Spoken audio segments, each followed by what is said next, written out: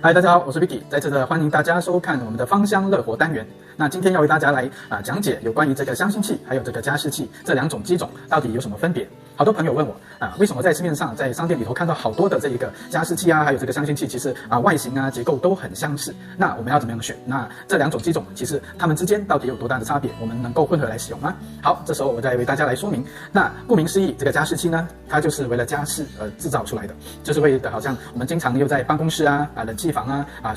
睡房里头也是经常开冷气的但我建议大家，当然有一台的这个加湿器会非常棒，能够调节你室内的这个湿气，以至于我们的皮肤呼吸道不会太过的干燥。那香薰器呢，基本上它就是围着这个纯植物精油用来就是说配合这个水在当中来做这个熏香的这样的一个作用，最主要就是要把这个精油和水分子打到最微细，以及可以更有效的让我们的身体来做吸收。那它基本上这两个机种呢，它有很大的差别，当然就是在于它的芯片。那这个香薰器它是透过的这一个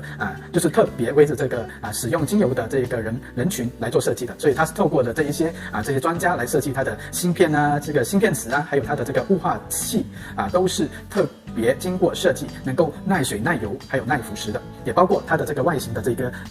些材质，还有它的水枪的材质都是能够耐水耐油耐腐蚀的。那一般上呢这一个我们的加湿器它就是主要嘛，它就是为了要加湿，所以基本上它整个的结构最主要的就是一个大直径的一个芯片池，就是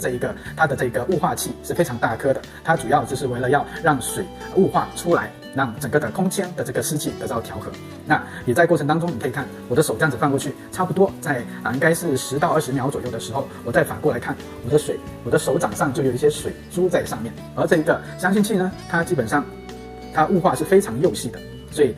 你看我的手是干干的，没有任何的水珠在上面，这就是很大的差别。那如果你要使用这一个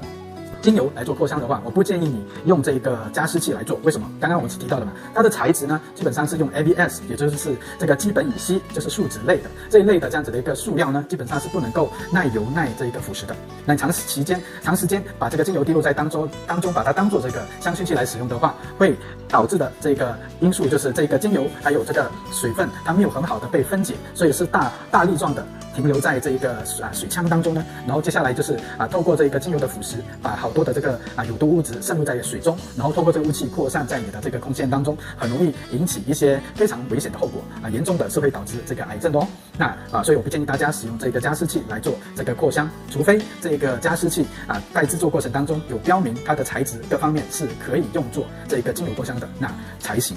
好，那这个扩香机呢就是我们日常用来做这个精油的芳香这个扩香的这个很好的材质，所以在市面上有好多的选择，但你也要精明的选择，那是为了你的健康，还有为了家人的健康。